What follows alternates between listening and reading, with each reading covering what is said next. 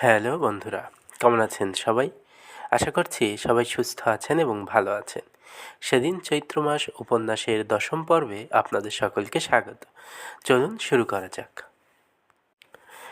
ধরা যাক তারপরেও তিনি থাকতে গেলেন। সঙ্গে সঙ্গে এই খবর ছেলের মার কানে যাবে। এই মহিলা বাস করেন তার বড় মেয়ের সঙ্গে। মহিলার আছে কার্প সমস্যা, তুচ্ছ বিষয় নিয়ে ঘ্যান ঘ্যান করা।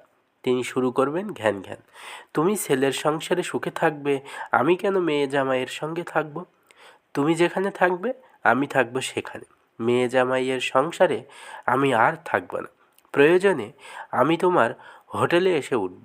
এই মহিলার মাথায় সামান্য সিট আছে, বিছানা বালিশ নিয়ে হোটেলে চলে আসতে পারে। যদি আসে বিরাট সমস্যা হবে।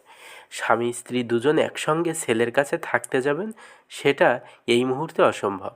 ছেলে খুবই খারাপ অবস্থায় আছে, তার নিজেরই দিন চলে না, কোনো চাকরিতে সে স্থির হতে পারছে না, তার সংসারে বিরাট অভাব। বিয়ের সময় বৌমাকে তার মা সামান্য কিছু গয়না দিয়েছিলেন, সোনার চুড়ি, চেইন, কানের দুল। এখন বৌমার শরীরে কোনো সোনাদানা নেই। বিবাহিত মেয়েরা সবসময় গায়ে কিছু না কিছু সোনা রাখে, এই মেয়ের গায়ে কিছুই নাই। কেন, তা কি তিনি জানেন না? ঠিকই জানেন। এমন যাদের সংসারের অবস্থা, তাদের ঘাড়ে দুই বুড়ো বুড়ি সিন্দাবাদের ভূতের মতো চেপে বসতে পারেন না। সিন্দাবাদকে মাত্র একজন বুড়ো কাঁধে নিতে হয়েছে, সে এখানে তারা দুইজন। আজ শুক্রবার, জয়নাল সাহেবের ছুটির দিন, ছাত্র পড়াতে যেতে হবে না। তারপরেও তিনি ঠিক করলেন যাবেন।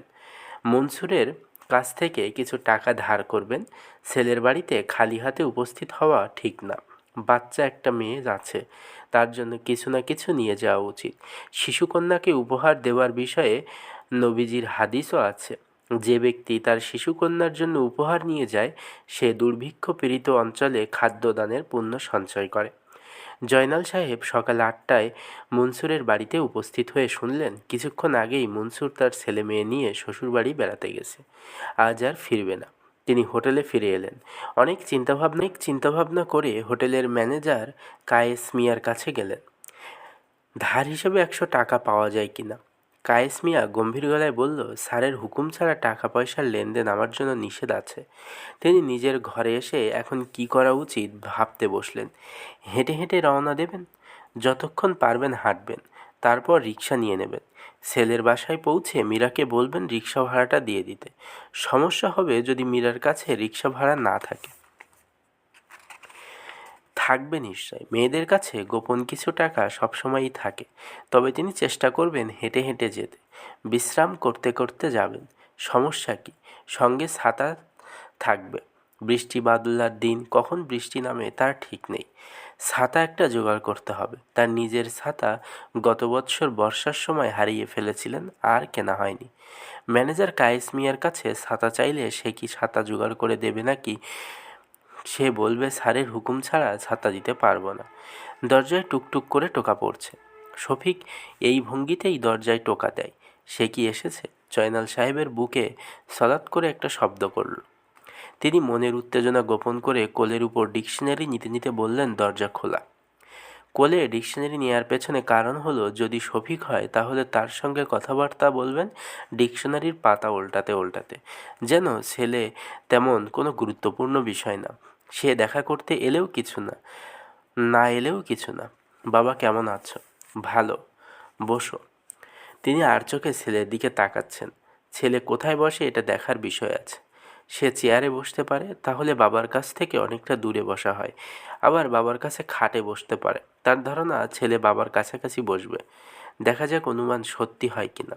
ছেলে খাটে এসে বসল। তিনি ডিকশনারির পাতা উল্টাতে উল্টাতে বললেন, বৌমার শরীর কেমন? ভালো। নিশো? সেও ভালো। টিফিন ক্যারিয়ারে করে কি এনেছিস? মীরা সকালবেলা খিচুড়ি মাংস রান্না করেছিল, তোমার জন্য নিয়ে এসেছি। বাবা, তুমি নাস্তা করে ফেলেছ? এখনও পর্যন্ত না খেয়ে থাকবো নাকি?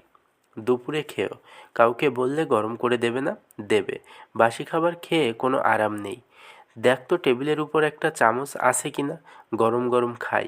জয়নাল সাহেব খুবই আরাম করে খাচ্ছেন। ঘরের রান্নার স্বাদ তুলনাবিহীন। খেতে খেতেই তিনি লক্ষ্য করলেন শফিক বালিশের নিচে কিছু রাখল। এটা শফিকের স্বভাব। যতবারই আসে বালিশের নিচে টাকা পয়সা রেখে যায়, গোপনে রাখে। সরাসরি বাবার হাতে তার টাকা দিতে লজ্জা লাগে। বালিশের নিচে শফিক যখন টাকা রাখে তখন তিনি নিজেও এমন ভাব করেন যেন দেখতে পাননি। তোর মার কোনো খবর আছে? মা ভালো আছেন। বাবা শোনো, আমি একটা নতুন চাকরি পেয়েছি। কী চাকরি? একজন বিশাল বড়লোকের পার্সোনাল ম্যানেজার। কাজটা কি? মাত্র তো জয়েন করেছি, এখনও বুঝতে পারছি না কাজটা কি। যে কাজই করবি মন দিয়ে করবি। কাজটা টিকবে কিনা বুঝতে পারছি না। যদি টেকে বড় একটা বাসা ভাড়া করব। তোমাকে আর মাকে আমার সঙ্গে রাখবো। আমাদের জন্য চিন্তা করিস না। আগে ঋণ মুক্ত হ। ঋণ আছে না? আছে। পারলে তোর মার হাতে কিছু টাকা পয়সা দিস। আমারই দেওয়া উচিত, আমি তো আর পারছি না। টাকা হাতে থাকলে ওই মহিলার মেজাজ খুব ভালো থাকে। এমনিতে ঘ্যান ঘ্যান স্বভাব। তুচ্ছ বিষয়ে নিয়ে ঘ্যান ঘ্যান করার ইংরেজি কি বলতো দেখি? জানি না বাবা। বলিস কি, তুই না ইংরেজির ছাত্র? তুচ্ছ বিষয় নিয়ে ঘ্যান ঘ্যান করার ইংরেজি হলো CARP। তুমি কি এখনও ডিকশনারি মুখস্থ করেই যাচ্ছ? অসুবিধা কি? শুধু শুধু ভারী একটা বই মাথায় নিয়ে বসে থাকা। বাবা তুমি আর খেও না। সকালের নাস্তা খেয়ে এতটা খিচুড়ি খাওয়া ঠিক না, শরীর খারাপ করবে। বৌমার হাতের রান্না ভালো, তোর মার চেয়েও ভালো, খেয়ে মজা পেয়েছি। তোর মা আসলে রান্নাবান্না কিছু জানে না, ঘ্যান ঘ্যান করে কুল পায় না। রাঁধবে কখন? বৌমাকে মনে করে বলিস খেয়ে খুব তৃপ্তি পেয়েছি। বলবো। বৌমাকে সুখে রাখার চেষ্টা করবি। যে ব্যক্তি মাতা, স্ত্রী এবং কন্যা এই 3 শ্রেণীকে সুখী রাখে, আল্লাহ পাক তার জন্য 3টা রহমতের দরজা খুলে দেন। শফিক বলল, বাবা আমি উঠি, আমাকে একটু নারায়ণগঞ্জ যেতে হবে। নারায়ণগঞ্জ কী জন্য? স্যার একটা কাজে পাঠাচ্ছেন, একজনকে কিছু ফলমূল দিয়ে আসতে হবে। একটু অপেক্ষা কর, টিফিন ক্যারিয়ার ধুয়ে দেই। খিচুড়ি সব খেয়ে ফেলেছ? তোমাকে ধুতে হবে না, বাসায় নিলে ধুইলেই হবে। ছেলে চলে যাচ্ছে, জয়নাল সাহেবের খুবই খারাপ লাগছে। ছেলের সঙ্গে আজ গল্পই হয়নি। কিছুক্ষণ থাকতে বললে অবশ্যই থাকবে, থাকতে বলা ঠিক হবে না। সে একটা কাজে যাচ্ছে। সবচেয়ে ভালো হয় ছেলের সঙ্গে নারায়ণগঞ্জ চলে যাওয়া। একসঙ্গে কিছুক্ষণ ঘুরবেন। তাছাড়া নারায়ণগঞ্জ তার দেখা হয়নি। নারায়ণগঞ্জ যাতা শহর না, বাংলার ডান্ডি। বাবুল, জি বাবা। নারায়ণগঞ্জ যাবি কিভাবে? বাসে। অফিস থেকে আমাকে একটা গাড়ি দিয়েছে, চিন্তা করছি তোর সঙ্গে নারায়ণগঞ্জ থেকে ঘুরে আসবো কিনা। নারায়ণগঞ্জ কখনো যাইনি।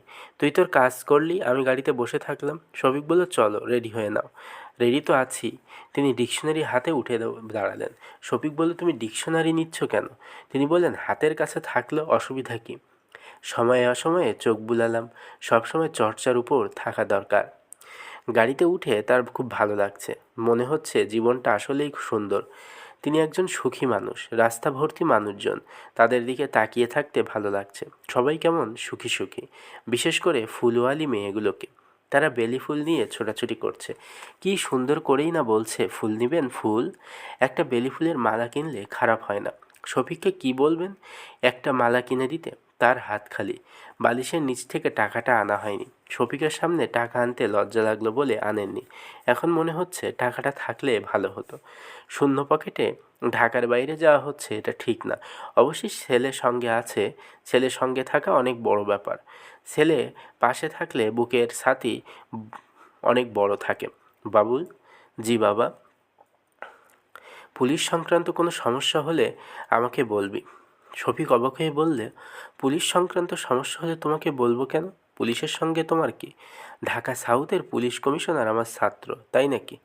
জয়নাল সাহেব আনন্দিত গলায় বললেন, মজার ইতিহাস। গত পরশুদিন বিকেলবেলা সায়েন্স ল্যাবরেটরির সামনে দাঁড়িয়ে আছি। হঠাৎ আমার সামনে ঘ্যাস করে একটা পুলিশের গাড়ি থামলো। তাকিয়ে দেখি একজন পুলিশ অফিসার নামছেন। আশেপাশের সবাই তটস্থ, আমিও তাকিয়ে আছি। দেখি পুলিশ অফিসার এসে আমার সামনে দাঁড়ালো। তারপর কিছু বোঝার আগেই ঝুপ করে আমার পা ছুঁয়ে সালাম। সালাম করতে করতেই বলল, স্যার আমি আপনার ছাত্র। আমি বললাম, কেমন আছো বাবা? সে বলল, স্যার গাড়িতে ওঠেন, আমি আপনাকে বাসায় নিয়ে যাব। আমার স্ত্রীকে আমি আপনার কথা বলেছি। সে বিশ্বাসই করে না কেউ পুরো ডিকশনারি মুখস্থ করতে পারে। আজ প্রমাণ হয়ে যাবে। গিয়েছিলে বাসায়? হ্যাঁ। তার স্ত্রীর নাম কেয়া। ঢাকা ইউনিভার্সিটিতে জিওগ্রাফিতে মাস্টার্স করছে। তার একটাই ছেলে, ছেলের নাম টগর। সানবিম নামে একটা ইংরেজি স্কুলে 3rd গ্রেডে পড়ে। খুবই ভালো ছাত্র, প্রতিবার ফার্স্ট হয়। শুধু এইবারই 3rd হয়েছে। পরীক্ষার আগে আগে জ্বর হয়েছে বলে রেজাল্ট ভালো হয়নি। বন্ধুরা, আজ এই পর্যন্তই। আগামী পর্ব আপনাদের জন্য আগামী দিন নিয়ে আসব। ততক্ষণ পর্যন্ত সবাই সুস্থ থাকবেন, ভালো থাকবেন। আর আমার ভিডিওটি ভালো লাগলে চ্যানেলটি সাবস্ক্রাইব করে আমার পাশে থাকবেন। সকলকে ধন্যবাদ জানিয়ে শেষ করছি। শুভরাত্রি।